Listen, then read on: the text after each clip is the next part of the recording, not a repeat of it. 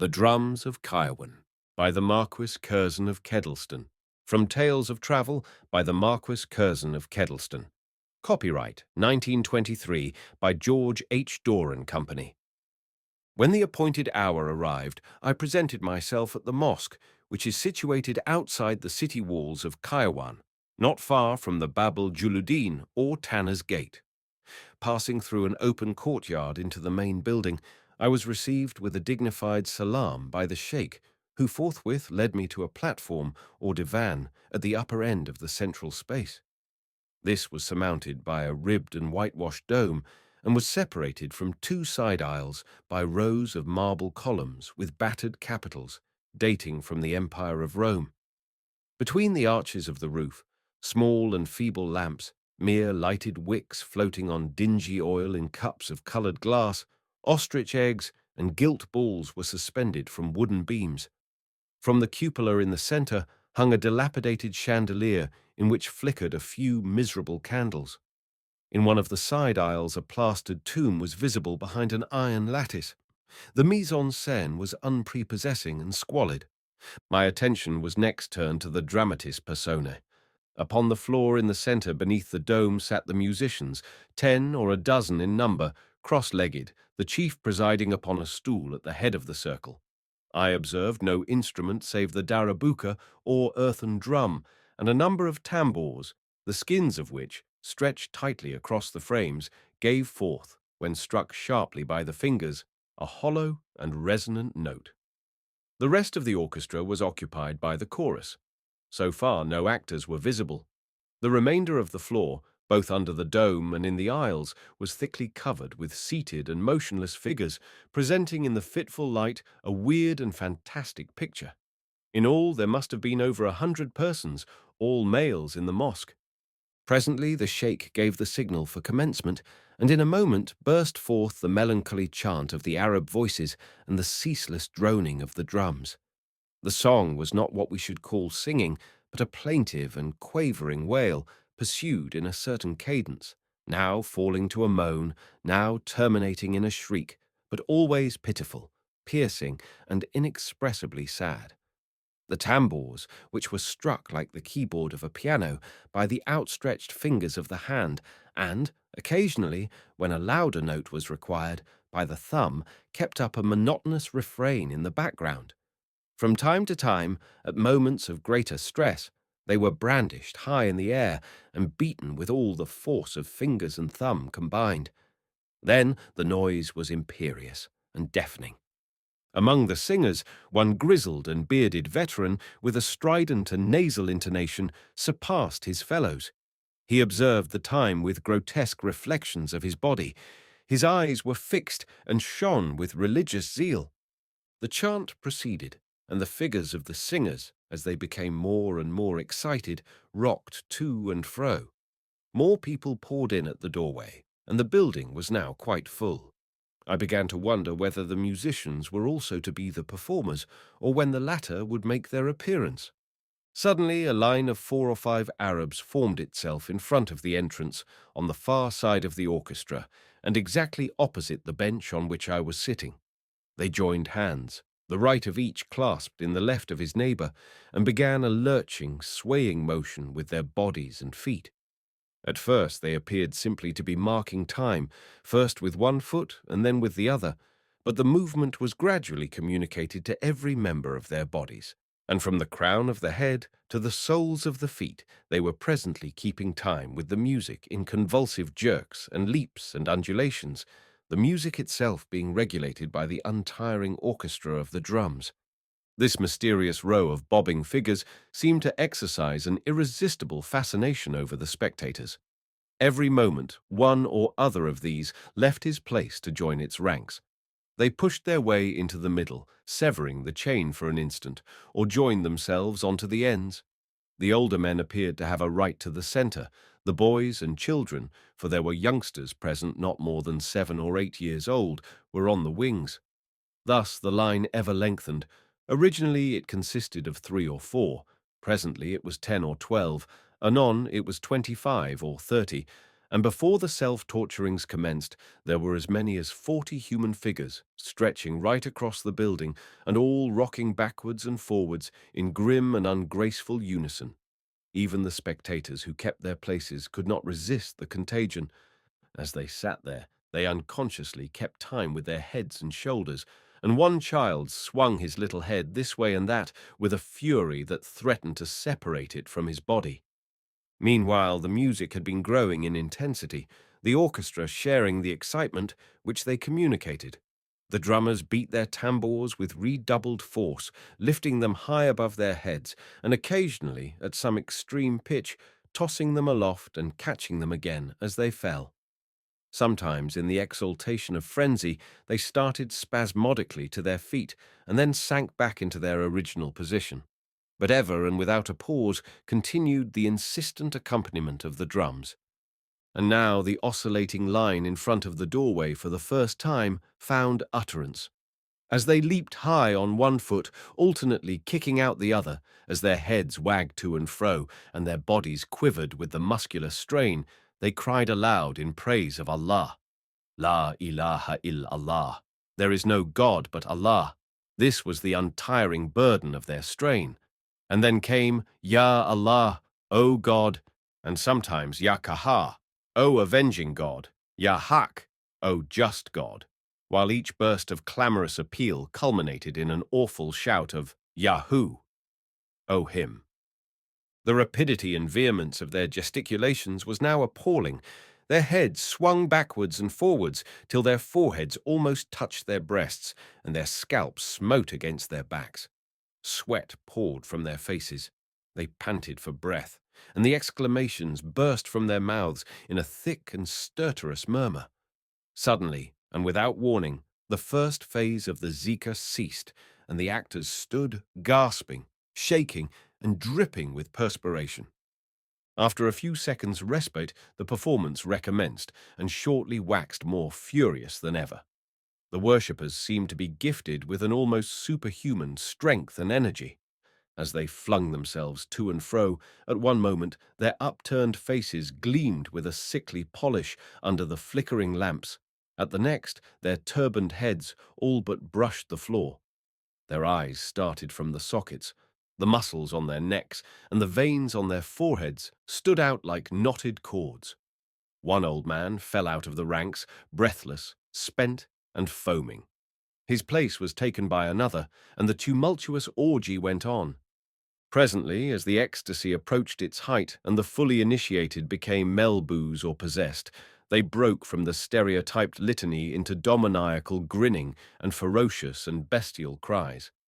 These writhing and contorted objects were no longer rational human beings, but savage animals, caged brutes howling madly in the delirium of hunger or of pain.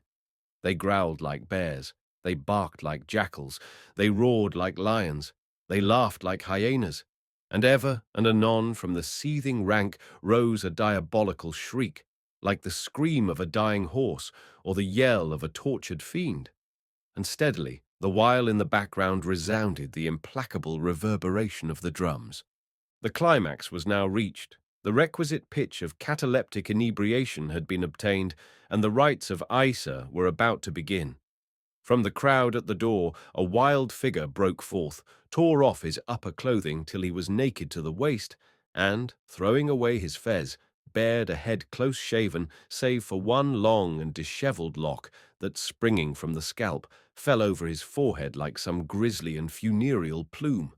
A long knife, somewhat resembling a cutlass, was handed to him by the sheik, who had risen to his feet and who directed the phenomena that ensued. Waving it wildly above his head and protruding the forepart of his figure, the fanatic brought it down blow after blow against his bared stomach and drew it savagely to and fro against the unprotected skin. There showed the marks of a long and livid weal, but no blood spurted from the gash. In the intervals between the strokes, he ran swiftly from one side to the other of the open space, taking long, stealthy strides like a panther about to spring, and seemingly so powerless over his own movements that he knocked blindly up against those who stood in his way, nearly upsetting them with the violence of the collision. The prowess or the piety of this ardent devotee proved extraordinarily contagious. First one and then another of his brethren caught the afflatus and followed his example. In a few moments, every part of the mosque was the scene of some novel and horrible rite of self-mutilation performed by a fresh aspirant to the favor of Allah. Some of these feats did not rise above the level of the curious but explicable performances which are sometimes seen upon English stages, e.g., of the men who swallow swords and carry enormous weights suspended from their jaws, achievements which are in no sense a trick or a deception, but are to be attributed to abnormal physical powers or structure developed by long and often perilous practice. In the ACUian counterpart of these displays, there was nothing specially remarkable, but there were others less commonplace and more difficult of explanation. At length, several long iron spits or prongs were produced and distributed. These formidable implements were about 2.5 feet in length and sharply pointed, and they terminated at the handle in a circular wooden knob about the size of a large orange. There was great competition for these instruments of torture, which were used as follows. Poising one in the air, an Aisui would suddenly force the point into the flesh of his own shoulder in front just below the shoulder blade. Thus, transfixed and holding the weapon aloft, he strode swiftly up and down. Suddenly, at a signal, he fell on his knees, still forcing the point into his body and keeping the wooden head uppermost. Then there started up another disciple, armed with a big wooden mallet, and he, after a few preliminary taps, rising high on tiptoe with uplifted weapon would, with an ear-splitting yell, bring it down with all his force upon the wooden knob, driving the point home through the shoulder of his comrade. Blow succeeded blow, the victim wincing beneath the stroke, but uttering no sound, and fixing his eyes with a look of ineffable delight upon his torturer, till the point was driven right through the shoulder and projected at the back. Then the patient marched backwards and forwards with the air and the gait of a conquering hero. At one moment there were 4 of these semi-naked maniacs within a yard of my feet, transfixed and trembling, but beatified and triumphant. Amid the cries and the swelter, there never ceased for 1 second the sullen and menacing vociferation of the drums. Another man seized an iron skewer, and placing the point within his open jaws, forced it steadily through his cheek until it protruded a couple of inches on the outside. He barked savagely like a dog and foamed at the lips. Others, afflicted with exquisite spasms of hunger, knelt down before the chief, whimpering like children for food, and turning upon him imploring glances from their glazed and bloodshot eyes. His control over his following was supreme. Some he gratified, others he forbade. At a touch from him, they were silent and relaxed into quiescence. One maddened wretch who, fancying himself some wild beast, plunged to and fro, roaring horribly and biting and tearing with his teeth at whomever he met, was advancing, as I thought, with somewhat truculent intent in my direction, when he was arrested by his superior and sent back, cringing and cowed. For those whose ravenous appetites he was content to humour, the most singular repast was prepared. A plate was brought in, covered with huge jagged pieces of broken glass as thick as a shattered soda-water bottle. With greedy chuckles and gurglings of delight, one of the hungry ones dashed at it, crammed a handful into his mouth, and crunched it up as though it were some exquisite dainty, a fellow disciple calmly stroking the exterior of his throat, with intent, I suppose, to lubricate the descent of the unwanted morsels. A little child held up a snake or a sandworm by the tail, placing the head between his teeth, and gulped it gleefully down. Several acolytes came in, carrying a big stem of the prickly pear, or Fico d'India, whose leaves are as thick as a 1-inch plank and are armed with huge projecting thorns. This was ambrosia to the starving saints. They rushed at it with passionate emulation, tearing at the solid slabs with their teeth and gnawing and munching the coarse fibres, regardless of the thorns which pierced their tongues and cheeks as they swallowed them down. The most singular feature of all, and the one that almost defies belief, though it is none the less true, was this. that in no case did one drop of blood emerge from scar or gash or wound. This fact I observed most carefully, the Mokadam standing at my side, and each patient in turn coming to him when his self-imposed torture had been accomplished and the cataleptic frenzy had spent its force. It was the chief who cunningly withdrew the blade from cheek or shoulder or body, rubbing over the spot what appeared to me to be the saliva of his own mouth. Then he whispered an absolution in the ear of the disciple and kissed him on the forehead, whereupon the patient, but a moment before writhing in maniacal transports, retired tranquilly and took his seat upon the floor. He seemed none the worse for his recent paroxysm, and the wound was marked only by a livid blotch or a hectic flush. This was the scene that for more than an hour went on without pause or intermission before my eyes. The building might have been tenanted by the harpies or Lestrigones of Homer, or by some inhuman monsters of legendary myth. Amid the dust and sweat and insufferable heat, the naked bodies of the actors shone with a ghastly pallor and exhaled a sickening smell. The atmosphere reeked with heavy and intoxicating fumes. Above the despairing chant of the singers rang the frenzied yells of the possessed, the shrieks of the hammerer, and the inarticulate cries, the snarling and growling, the bellowing and miauling of the self-imagined beasts. And ever behind and through all re-echoed the perpetual and pitiless imprecation of the drums.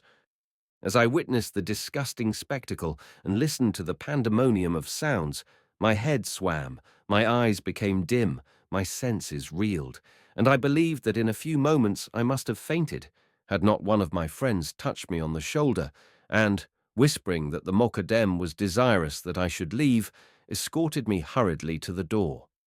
As I walked back to my quarters, and long after through the still night, the beat of the tambours continued, and I heard the distant hum of voices, broken at intervals by an isolated and piercing cry. Perhaps yet further and more revolting orgies were celebrated after I had left. I had not seen, as other travellers have done, the chewing and swallowing of red-hot cinders, or the harmless handling and walking upon live coals. I had been spared that which others have described as the climax of the gluttonous debauch, viz., the introduction of a live sheep, which then and there is savagely torn to pieces and devoured raw by these unnatural banqueters. But I had seen enough, and as I sank to sleep, my agitated fancy pursued 1,000 avenues of thought, confounding in one grim medley all the carnivorous horrors of fact and fable and fiction.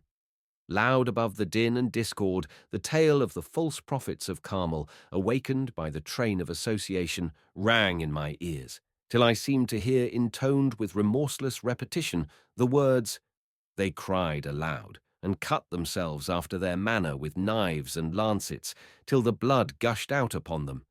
And in the ever-receding distance of dreamland, faint and yet fainter, there throbbed the inexorable and unfaltering delirium of the drums,